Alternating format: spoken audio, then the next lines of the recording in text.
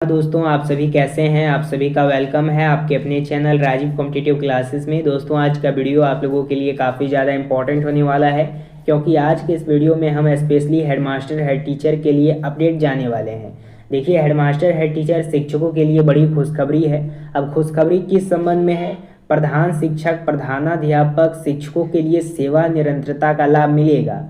Head master का मूल वेतन में इजाफा होगा। 53,100 ग्रेड पे लेवल 9 पे आप लोगों का सैलरी मिलेगा। हेड टीचर के लिए मूल वेतन 47,600 लेवल 8 पे आप लोगों का सैलरी मिलेगा। अब किस प्रकार से मिलेगा सो मैं आप लोगों को बताने वाला हूँ। कुल वेतन हेड मास्टर का 97,452 होगा और हेड टीचर के लिए 87,450 होगा। अब डंके की चोट पे मैं कह रहा हूँ कि इस प्रकार से आप लोगों का सैलरी बनेगा। अब किस प्रकार से बनेगा, किस आधार पे मैं आप लोगों को बताना चाहता हूँ कि 1 लाख प्लस आप लोगों का सैलरी यहाँ पे छू रहा है जो हेडमास्टर हेड टीचर का। सो मैं आप लोगों को स्पेशली बताता हूँ फिक्सेशन के आधार पे। वीडियो को तमाम ग्रुप में शेयर कीजिएगा ताकि जो लोग भ्रमित होते हैं कि उनका मूल वेतन में इजाफा नहीं होगा या मूल वेतन उनका नहीं बढ़ेगा, ये सभी फेक है, तो उनके पास इस वीडियो को जरूर शेयर कीजिएगा। वीडियो को हम लोग शुरू करते हैं। देखिए, मैं आप लोगों को शुरुआत से बता देना चाहता हूँ, लंबे संघर्ष के बाद जो भी सरकार है उसके द्वारा तो एक घोषणा की गई कि सभी शिक्षकों को पे प्रोटेक्शन का लाभ देंगे। तो जितने भी प्रधान शिक्षक हैं उनका अगर बेसिक पे की बात करें तो साल 2003 से 2005 तक जितने भी बहाल शिक्षक हैं उन लोगों का मूल वेतन इस प्रकार से है: 32,370, 32,370, 32,370। महंगाई भत्ता 58% होने के बाद इस प्रकार से 18,775। HRA प्रतिशत में देखिएगा तो तीनों का अलग है। आवास भत्ता देखिएगा DA अपना, तो ये भी अलग है। मेडिकल का 1000 मिलता है हर एक कक्षा के लिए। 53,764, 54,573, 55,382, 52,215। अब यहाँ पे साल 2006 से 2007 तक जो बहाल शिक्षक हैं उनकी बात कर लेते हैं। उनका बेसिक पे 31,420, 58% महंगाई भत्ता के साथ उनका 18,224। HRA प्रतिशत में सबका अलग है। आवास भत्ता भी सबका अलग है। मेडिकल 1000 है। कुल आपका बनता है साल 2006 से 2007 तक बहाल हैं उनका अलग अलग सैलरी बनता है, जैसे 53,100, उसके बाद 93,786। उसके साथ साल 2007 के बाद जो बहाल शिक्षक हैं उनका सैलरी बनता है 30,500। महंगाई भत्ता बनता है 17,690 और HRA प्रतिशत में आप लोगों का अलग अलग है। आवास भत्ता भी अलग होता है। मेडिकल हर एक कक्षा के लिए सेम रहता है, यानी 1000 रुपया मिलता है।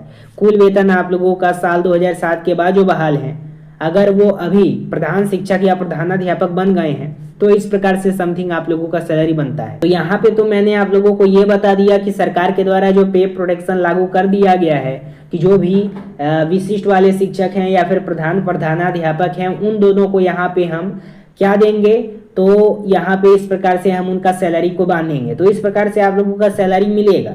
लेकिन शुरुआत में मैंने जो कहा कि आप लोगों का सैलरी में इजाफा कैसे होगा सो एक्सप्लेन कर देता हूँ। सबसे पहले मैं आप लोगों को शुरुआत से बताता हूँ। जब तक आप शुरुआत से नहीं समझेंगे तो आप लोगों को कुछ समझ में नहीं आएगा।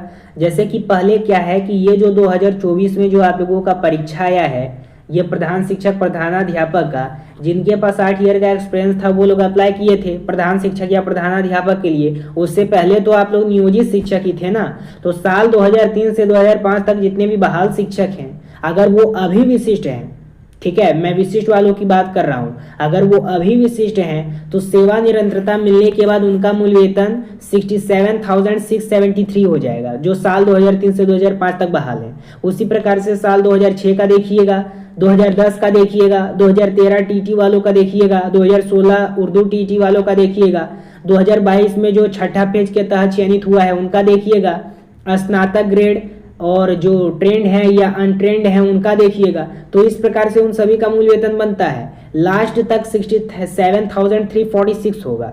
किसका होगा? उन शिक्षक का जिनको सेवा निरंतरता मिल जाएगा, यानी विशिष्ट वालों का। तो आप लोग तो अभी सबसे ज्यादा सीनियर हो गए हैं क्योंकि आप हेडमास्टर हेड टीचर हैं। जब लास्ट में 67,673 जो साल 2003 से 2005 तक बहाल हैं या फिर जो ट्रेंड शिक्षक हैं उनका इस प्रकार से वेतन मिल रहा है तो आप लोगों का मूल वेतन इससे भी ज्यादा होगा। जो मैंने शुरुआत में कहा वो 100% सत्य है कि आप लोगों का मूल वेतन इससे अधिक होगा, क्योंकि यहाँ पे नियमावली में स्पष्ट कहा गया है कि प्रधान शिक्षक प्रधानाध्यापक सबसे ज्यादा सीनियर है। पूरा स्कूल का कार्यभार उन पे है। सबसे पहले बात निकल के आती है कुछ समय पहले, आज से 1-2 मंथ पहले जितने भी शिक्षक थे वो लोग ज्वाइनिंग किए थे तो लेट हो रहा था। इसी क्रम में बहुत सारे शिक्षक का यहाँ पे मानना था कि जो विशिष्ट वाले शिक्षक हैं जो हमसे जूनियर हैं उनका मूल वेतन हमसे 1000 रुपया ज़्यादा है। ठीक है, तो यही सभी चीज़ों को सुलझाने के लिए पे प्रोटेक्शन का आप लोगों को लाभ दिया गया। इस बात को आप लोग समझ लीजिए। उसके बाद फिर आप लोगों का फिटमेंट मैट्रिक्स टेबल भी जारी कर दिया गया, तो उसी के आधार पे आप लोगों को सैलरी मिलता आ रहा था। 2 माह का आप लोगों का सैलरी भी अटका के रखा है, अक्टूबर वाला भी। तो आप लोगों का मूल वेतन अक्टूबर में कितना मिलेगा, और जो मैंने शुरुआत में आप लोगों को बताया कि 97,000 तक जो आप लोगों का सैलरी जाएगा हेड मास्टर हेड टीचर के लिए, वो एक्सप्लेन कर देता हूँ। लेकिन इतना क्लियर रखिएगा कि जो भी विशिष्ट वाले शिक्षक हैं उनसे आप लोगों का मूल वेतन ज़्यादा ही रहेगा।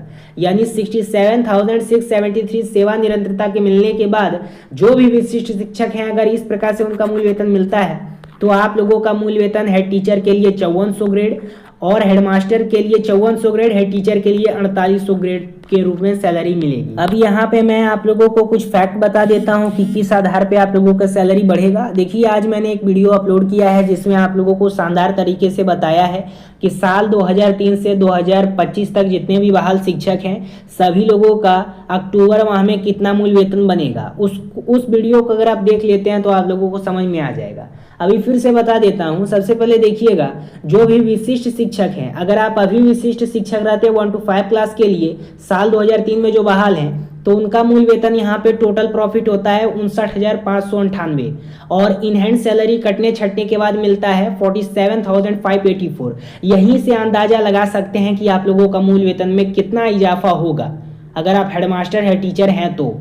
इसी प्रकार से देखिएगा, यहाँ पे 2010 वाले का देख लीजिएगा। इसी प्रकार से इधर देखिएगा, जो साल 2000 दक्षता फेल है उनका देख लीजिएगा। आप ही लोग शिक्षक हैं ना, आप ही लोगों के पास 8 ईयर का एक्सपीरियंस थे तब आगे चल के जो आप लोगों का परीक्षा लिया गया उसमें अप्लाई किए थे। अगर आप अभी विशिष्ट बने रहते जो प्रधान शिक्षक प्रधानाध्यापक है तो इस लेवल से आप लोगों का सैलरी मिलता।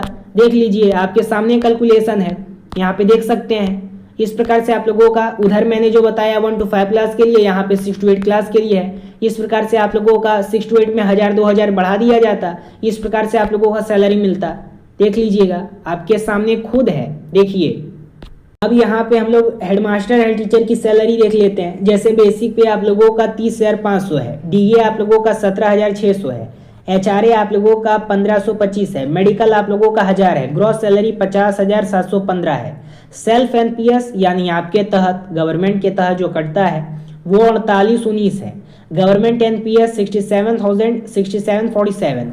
टोटल आप लोगों का 11,566। उसके बाद फिर आप लोगों का सैलरी में जो डिडक्शन होता है 30 रुपया, वो तो जीआईएस आप लोगों का डिडक्शन हो जाएगा। केस इन हैंड सैलरी जो आप लोगों को मिलेगा वो 45,866 मिलेगा और टोटल प्रॉफिट आप लोगों का होगा 57,432। तो ये उन शिक्षक का होगा जो हेड टीचर है। अक्टूबर माह में आप लोगों का इस प्रकार से वेतन मिलेगा। हेडमास्टर की बात करें तो आपका बेसिक पे यहाँ पे 35,000 हो जाता है, डीए आप लोगों का 20,300 होता है, एचआरए आप लोगों का 1750 होता है, मेडिकल 1000 होता है, gross salary 58, NPS 5530, government NPS 7742, total 13,272, GIS deduction 30, cash in hand salary 52,490, total profit आप लोगों का हो जाता है 65,762। तो इस प्रकार से हेड टीचर और हेड मास्टर का सैलरी बनता है अक्टूबर माह में। इस प्रकार से आप लोगों का दोनों का प्रॉफिट होता है। देखिए, उधर मैंने जो भी आप लोगों को बताया उनसे सबसे ज्यादा अगर किसी की सैलरी बनती है तो वो हेडमास्टर का बनता है। यानी हेडमास्टर का बल्ले बल्ले यहाँ पे है। हेडमास्टर का टोटल प्रॉफिट 65,762 होता है और कैश इन हैंड सैलरी आप लोगों को 52,490 मिलेगा जो अकाउंट में आएगा। तो जो टोटल प्रॉफिट होता है 65,462, इसमें जो भी कटौती होता है वो तो आप लोगों का जमा होते रहता है। जब एक बार रिटायरमेंट होगा तो उस समय मिल जाएगा या फिर पेंशन के रूप में मिलेगा। तो ये तो आप ही के लिए काटा जाता है सरकार के द्वारा। उसके साथ प्रधान शिक्षक का देखिएगा तो उनका भी टोटल प्रॉफिट 57,432 होता है, कैश इन हैंड 45,866 होता है। तो इस घड़ी में आप कैसे कह सकते हैं कि हम विशिष्ट थे तो विशिष्ट पे ही अगर रह जाते तो अच्छा होता।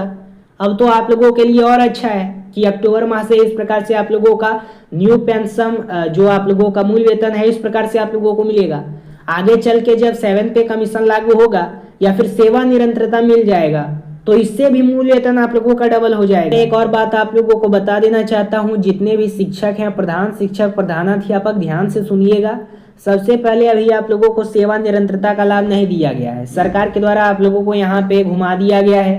तब तक आचार संहिता भी लागू हो गया है, जिसके कारण से अगर शिक्षक कुछ भी चीज़ का डिमांड किया जाता है शिक्षक के द्वारा, तो सरकार के द्वारा यही हवाला दिया जाता है कि अभी आचार संहिता लागू हो गया तो कुछ भी घोषणा नहीं कर सकते हैं। ठीक है, वो तो अपना अंदरूनी रूप से काम जारी किया है।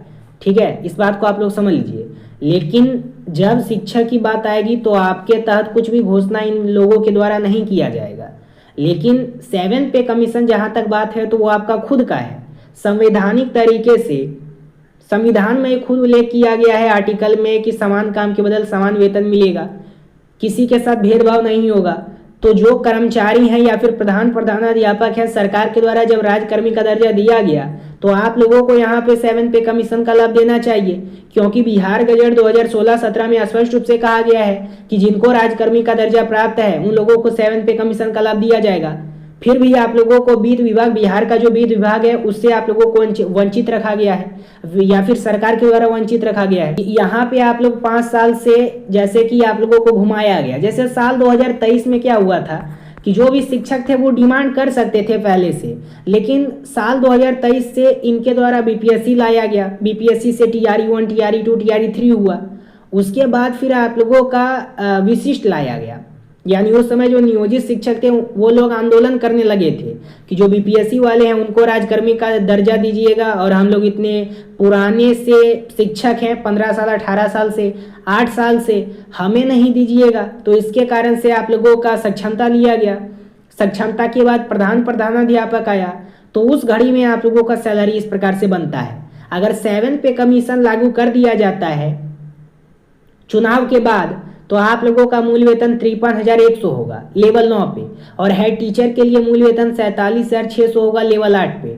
और अगर चुनाव के बाद भी 7 पे कमीशन का लाभ आप लोगों को नहीं दिया जाता है तो आखिरी उम्मीद आप लोगों का एक जुडिशरी होगा, वहां जाकर के आप लोग कोर्ट केस करेंगे, जिस प्रकार से विद्यालय अध्यापक किए हैं। जब तक आप केस नहीं करेंगे तब तक आप लोगों का बात सुना नहीं जाएगा। इस बात को आप लोग समझ लीजिए। कुछ भी चीज़ अगर चाहिए तो उसके लिए लड़ना पड़ता है। बहुत ज़्यादा आप लोगों ने लड़ा है 7 पे कमीशन के लिए, लेकिन बीच बीच में सरकार के द्वारा ट्रांसफ़र पॉलिसी ला दिया जाता था, जिससे सभी शिक्षक यहाँ पे घूम जाते थे कि हमें ट्रांसफ़र चाहिए, जिसके कारण से आप एक तरह से लगते नहीं थे। लेकिन वो घड़ी अब जा चुकी है। अगर अब नवंबर के बाद जो नई सरकार आती है किसी भी पार्टी की, तो अगर उन लोगों के द्वारा 7 पे कमीशन पे कोई काम नहीं किया जाता है, तो जिस प्रकार से विद्यालय अध्यापक केस किए हैं जाकर के पटना हाई कोर्ट में, उसी प्रकार से हर एक शिक्षक कोर्ट केस करेंगे। लेकिन फिलहाल मैं इतना बात आप लोगों को बता देना चाहता हूं कि अक्टूबर माह से जितने भी प्रधान शिक्षक, प्रधानाध्यापक हैं, उन लोगों का मूल वेतन जिस प्रकार से उधर मैंने बताया उस प्रकार से होगा। और अगर 7 पे कमीशन लागू कर दिया जाता है 5400 ग्रेड पे और 5300 ग्रेड पे आधार पे, तो हेडमास्टर के लिए 97,452 और हेड टीचर के लिए 87,450 रुपीज़ जो है वो सैलरी मिलेगी 1 मंथ। चैनल पे नए हैं, चैनल को सब्सक्राइब कीजिएगा, बेल आइकन को प्रेस कीजिएगा और इस वीडियो को तमाम ग्रुप में शेयर कीजिएगा। धन्यवाद।